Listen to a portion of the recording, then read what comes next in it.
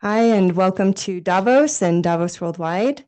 Welcome to our Fireside chat, the future of aviation, think 007, with Sam Bousfield and James Mock, who had just joined us here today. And and welcome, guys. I'm going to give you guys a brief introduction, and I'll let you take the floor. Great. So introducing Sam Bousfield, designer of Switchblade flying car, founder and CEO of Samson Sky. A native to California, Sam Bousfield earned a Bachelor of Science with honors from California Polytech State University in 1979. His postgraduate studies included marketing and business management. Sam is an architect and inventor, was previously involved in the development of numerous aircraft industry products, including supersonic aircraft propulsion technology. He is a successful inventor with over 9 patents issued. Sam is the designer of Switchblade flying sports car. His designs have been covered in notable publications such as Popular Science Magazine, Scientific American Discovery Channel, and Smithsonian Magazine. And I'm also going to introduce to you today James Mock, board member, fundraising chair of Samson Sky. And please correct me if I'm saying your last name wrong. But James is a dedicated family man with a wife and 4 daughters. He is an aviator, serial entrepreneur, and creator with a passion for lifelong learning. James has a rich history of community contribution, business leadership, and volunteer piloting. He currently serves as a board member at Samson Sky, leading investor initiatives and advising the founder. Previously, he was the CEO of Lightfoot Software Company, where he fostered consistent growth and built an employee-owned business. He also co-founded Vista Environmental Information and developed the first database of environmental risk in the U.S. James began his career as a trial lawyer managing commercial litigation. He holds a JD from Thomas M. Cooley Law School and a BA in in economics from the University of Massachusetts. His interests include people, family, wildlife, learning, compassion, diversity, and creating the future with innovative machines. So welcome, guys. And welcome to our Fireside Chat. I'm going to kick off just right off the bat. What inspired you to create Samson Switchblade? Well, the Switchblade was really kind of an offshoot of where do we take transportation? Where is it headed? And where are we now? And how do we get, to that future point? And what I saw was that the future was all in the air. You look at movies that depict the future, and it's all about, transportation's in the air. Star Wars, Star Trek, I don't care what you look at, that's where it is. And so now we're mostly on the ground. So I said, okay, well, how we have to work this is you're going to have a long lead time on that. So it's going to have to be something that drives and flies for a lot of years. And so I started to go down that path and figure out, well, how do you make a good vehicle that can both drive and fly? So that was how we started. I think James Bond and his gadgets had something to do with it. There was a one car in there particularly. It was a Lotus Esprit. He drove it off a wharf into the ocean, right, and then it became a submarine and glided away. Not real, by the way, but it just puts the idea there, right? I think that's the deal, is that artists put the idea there, and science and engineers kind of scratch your head and, well, maybe could we do that? And then we go forward and figure it out. I think that's really impressive. And I love the fact that, these types of films did inspire you personally. I think it is a dream for us to have these types of cool cars that, transform and allow us to experience beyond the traditional, where we can actually convert from, a ground vehicle into the air. And so I wanted to ask as well, like, just getting to know you both and how you guys came together to inspire and continue developing the vision of Samson Sky and Switchblade. Well, I'll chime in here, Michelle. Good to see you, by the way. Thanks for having us. Thank you. So, as a kid, I read Popular Mechanics magazine, and every other cover had a flying car on it. And although I hadn't read them much in my adult life, I was in a bookstore one day a number of years ago and pulled a Popular Mechanics off the shelf. And on the cover was Sam Bousfield's vision for the Switchblade flying car. So I called him and I said, I mean, as pretentious as this may sound, I had looked at all of these other options that had appeared on Popular Mechanics over the years. And although they were fascinating, none of them seemed to really solve the problem. That is a high performance ground vehicle, a true sports car on the ground, and a high performance aircraft in the air. So I called up Sam and I said, oh my God, you did it. You solved the problem. And I'm sure he thought, who is this nut? But here we are. We formed a great friendship over the years, and I love the company. Of course, Sam has done a fabulous job. He's not just an inventor, but he's an amazing business manager. And we've gotten this far, and the success we've had is just extraordinary. So I'm a huge fan. I think part of that success had to do with my being an architect. Honestly, an architect is part engineer and part artist. And so the artist in me can look into the future and see, oh, that could be the way. And the engineer kind of follows up and says, okay, how do you get there? So it was kind of a unique way of dealing with the problem. Not so much how do you make a car fly, which is the question that others asked. We asked the question, what's the best layout for a flying and driving vehicle? And that's where we came up with, hey, it has to be 3 wheels, single front wheel. And I think from then on, it was just locking in all the different components that made that work, and it did. So we're good. It's amazing. And so that kind of leads me to wanting to ask you, how did you go about regulating or identifying the field of regulations for what you're producing now? And what does that, what did that roadmap look like? And what does that look like moving forward as it continues to develop? Yes, that was one of the key business things. When I looked at this, we had 3 key concepts. The first concept was that you had to be high performance in both modes, or it won't sell, right? It's just, that's what people want.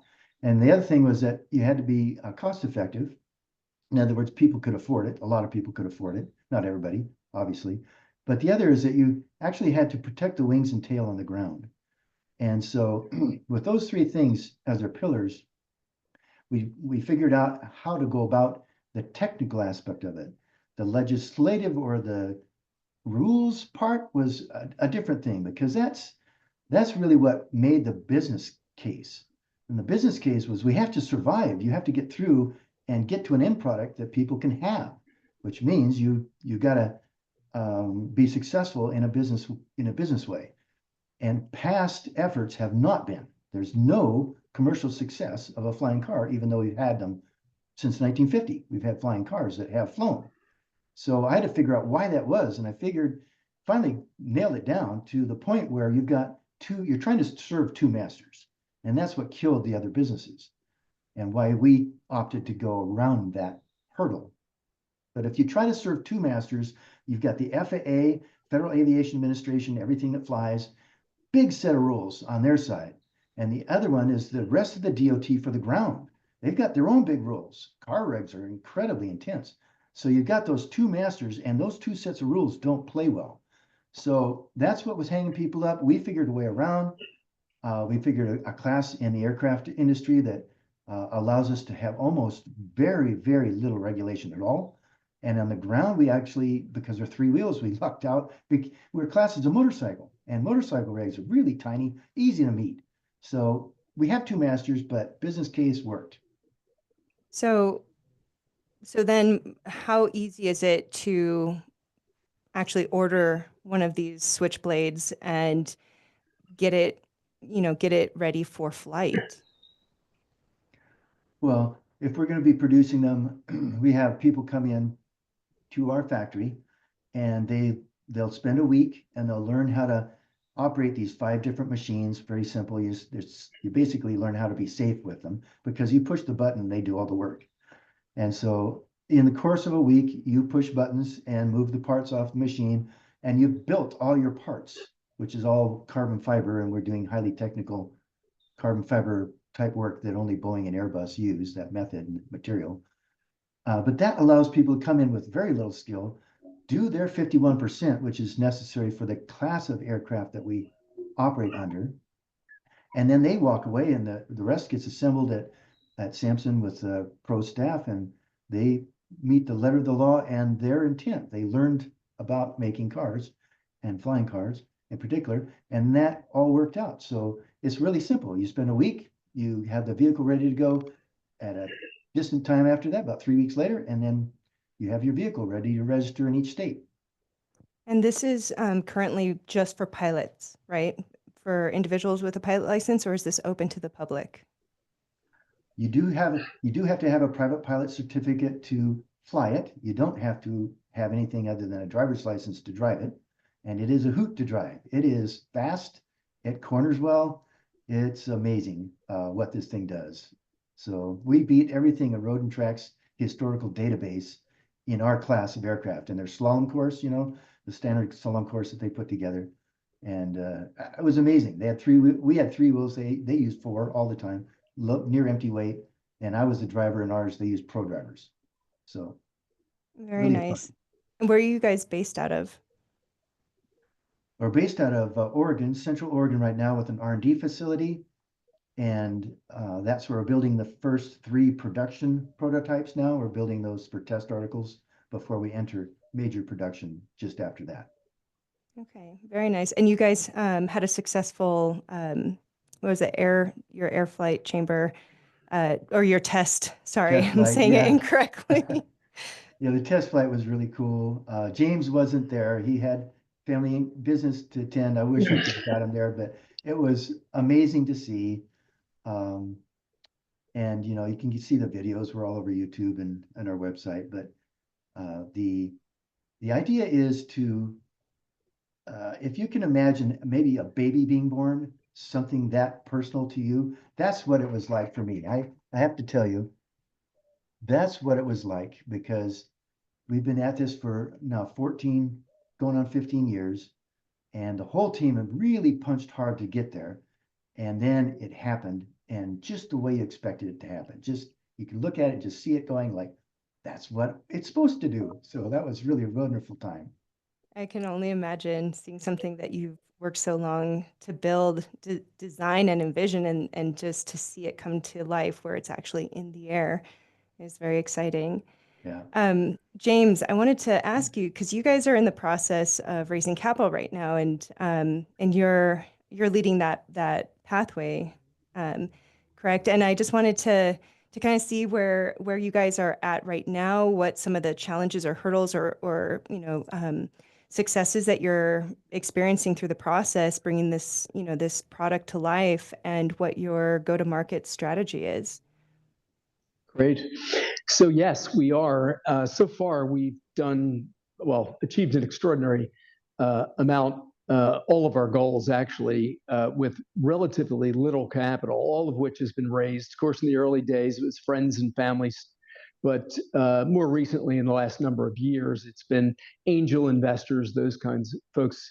But we're going to need about $75 million to finish out the production facility, build production, and begin to build one and all of the 2,800 reservations we currently have. So we're very anxious to get there. And that raise will be more likely structured and put together through venture capital sources, is our guess, or our plan, really, is what we'd like to do. So we're actually in the process right now of bringing our financial advisors together and identifying those folks, in the midst of which, as Sam says, we're building 3 production prototypes, which are full driving and flying vehicles, which we use as demonstrators. And I think that'll help a lot. Amazing. So once you get the funding that you need, how quickly will the Switchblade go to market and fulfill those 2,800 orders? and all the other orders that we haven't even begun marketing. To answer another one of your questions, our go-to-market strategy, we've done very little real, true hard marketing for this, and yet we have 2,800 reservations. So once we begin marketing, we expect to have many more orders, and we have to fill those as well. Sam's production system, which he briefly described, is a high production rate system, particularly for a vehicle. And as he said, the types of tools we're using and the approach we're using is something, at least today, is only used by the big airline builders like Boeing and Airbus. So once we get to that point, we would have a production capacity that is many thousands of units a year. In fact, one facility, and we may have more than one, could produce at some point as many as 10,000 units a year. Now, we're not saying or projecting at this moment that we're going to be producing 10,000 units a year, but we'll be able to meet that demand pretty easily with our production system. That's amazing. I mean, I definitely want to see that happen and and see this, grow to the next level. What are your thoughts in terms of integrating AI, and how do you envision Switchblade or any other of your flying sports cars, evolve as we adopt this product into our communities and our form of travel? Well, we have a roadmap, a technology advanced roadmap that takes us from where we are now, which is pilot licenses is required, all the way up through full fly-by-wire controls like the big jets use, where the pilot moves the stick, but it's just wires leading to the controls. So you can control that remotely or autonomously. And then AI co-pilot is already almost there. We have a proof of concept that already talks to air traffic control back and forth, and really helps to unload the pilot when they're going in and out of busy airspace, just trying to make it easy on people. But that'll go forward with more and more as AI proves out, and we can make sure we're safe in how we're doing it. But the goal is to take us from where we are all the way through to full autonomous driving and flying, so that you could have an app which you say, hey, I want to go to wherever, and a car rolls up, Switchblade rolls up, you get inside, it drives you to the closest airport, takes you out, flies you up to 500 miles, drops you at your destination, wherever that is in town, doesn't matter. And that's what you'd have. Yeah, you did mention registering in different states. Do you already have states that you're currently in regulation with that have provided that registration option right now for takeoff and landing? Well, you can fly and drive it in any state in the United States and in most countries worldwide. So there's no issue with driving and flying it. The issue of registration is mostly a ground thing. The FAA or whatever air administration the country has. We have reservations in 57 countries worldwide, and we created a vehicle that could be right or left-hand drive. So we're ready for worldwide rollout. But in the United States, you basically show up. You get a what's called a highway patrol inspection. He looks, make sure you've got basics, mirrors, lights, headlight, taillight, turn signals, that kind of thing. And he signs you off. You go into the Department of Motor Vehicles, hand them that certificate, and they issue your license. It's just as simple as that. So what we're looking for is a more streamlined, and several states have helped in that venture. New Hampshire was the first, Minnesota was the second, and now Utah's joined us also as a third, and it's starting to roll out bigger, where states are saying, hey, we want to embrace this technology, we want to make it easy. Sam Bousfield and Switchblade, they can do their thing, but other flying cars can't without help. And so we're promoting that help that everybody's going to need to register their vehicles. And I wanted to ask with that, like, how do you think flying cars will impact other industries, so such as logistics and emergency services? James, you want to hit that, or? Sure. I would say in a very big way, as Sam started to say, his vision began with, how do we solve these transportation problems? Airspace, the third, area of dimension, is the way to go because it's just not used. It's very underutilized comparatively. And in the case of logistics and emergency, it's the same thing. It's going to solve these problems. Vehicles like ours, particularly when we get to the point that Sam described, the next generation Switchblade, it's funny we're talking about it like that already, but it is an AI operated vehicle and works in airspace, which itself has AI controls for autonomy. Logistics will be the cost of logistics, first of all, I'll just start there since businesses understand that language, will probably drop in half. Sam, do you think that's a fair estimate? I'd say it's going to reduce, I don't know about half, but I would say we'd have, what you really have is you have same-day service for what now is a 3-day cost. In other words, you might pay for a 3-day service, you pay the same thing and you get same-day service. So the best thing is that it happens at such speed. And I think that's where we're really going to shine. The Switchblade itself, though, can be used for emergency services, getting a doctor and a nurse on site, past roads that are blocked because of fire, earthquake, hazards of whatever, floods, whatever. You go into the country and land where you can, and then you can be on the ground and mobile once you're there to move your service where it needs to go. And I think that's going to be a really big benefit to the societies in which these operate. And also in a future vehicle where we could take off and land within maybe 100 feet with a Switchblade type vehicle, we might be able to land in construction yards, like a construction company has a breakdown and they need a part right now and everybody is waiting for them, those costly things. Sometimes they fly them in by helicopter, but a Switchblade is a quarter of the cost, if not less than that, and much faster, fly at 160 miles an hour. So be something you could touch down in parking lots, HP parking lots or whatever, for people or for goods. So that's part of what we looked at to the future. It's amazing. So just wanting to,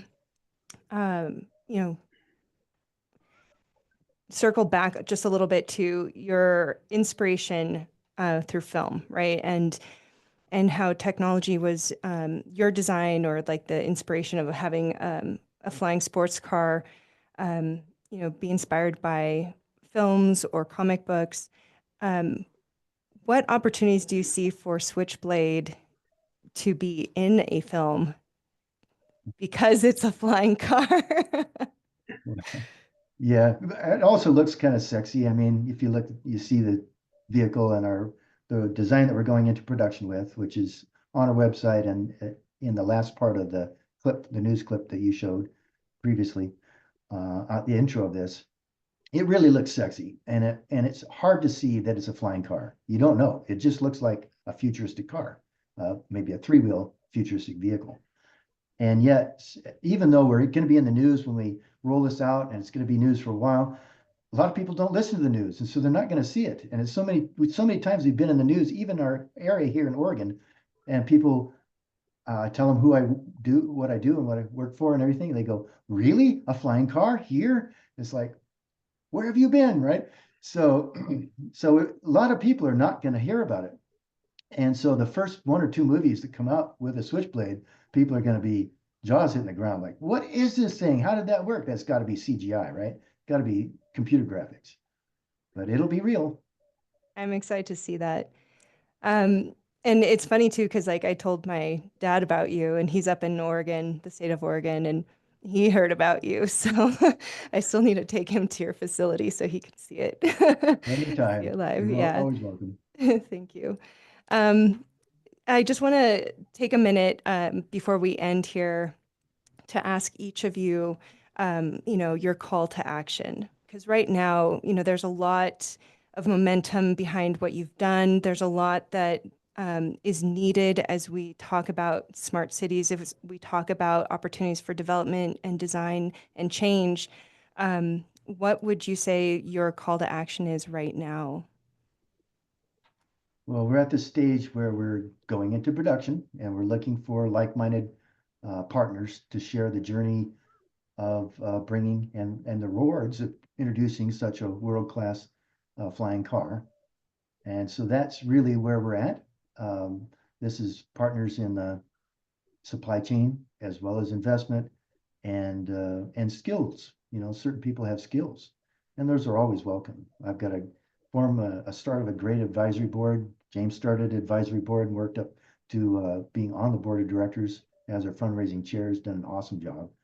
And James, do you want to add something to that? Well, Sam, I think of things that you've said many times to all of us, and it's the idea, the call to action is lifting transportation literally and figuratively to a point where we provide access to many people to forms of transportation they never dreamed of or thought were going to be possible in their lives, and give them access to the ability to, drive to an airport, take off, fly 500 miles, land, and go to your sister's house to visit, or your mom's house, or to a business meeting, or to a hotel in about a third of the time it would take you to do that today. So that inspires me and many others, Sam. Well, good deal. And can you imagine what it's going to be like when you drive up and say, "Hey, Joe, business leader Joe, let's go to lunch and, let's go to lunch and hop in here in my flying car," right? I mean, how cool is that going to be for people? The best. I'm in. If you can't close a deal with a flying car to lunch, I don't know how you can. Oh, yeah. I love it. Well, if you want to take the last like 10 seconds each, what you would say to inspire or to an aspiring pilot or someone who might want to get their pilot license just to get this car. Wow. Okay, for me, I think it's really treated as a technical language when you start. It's learning to fly is not hard. Flying is not hard.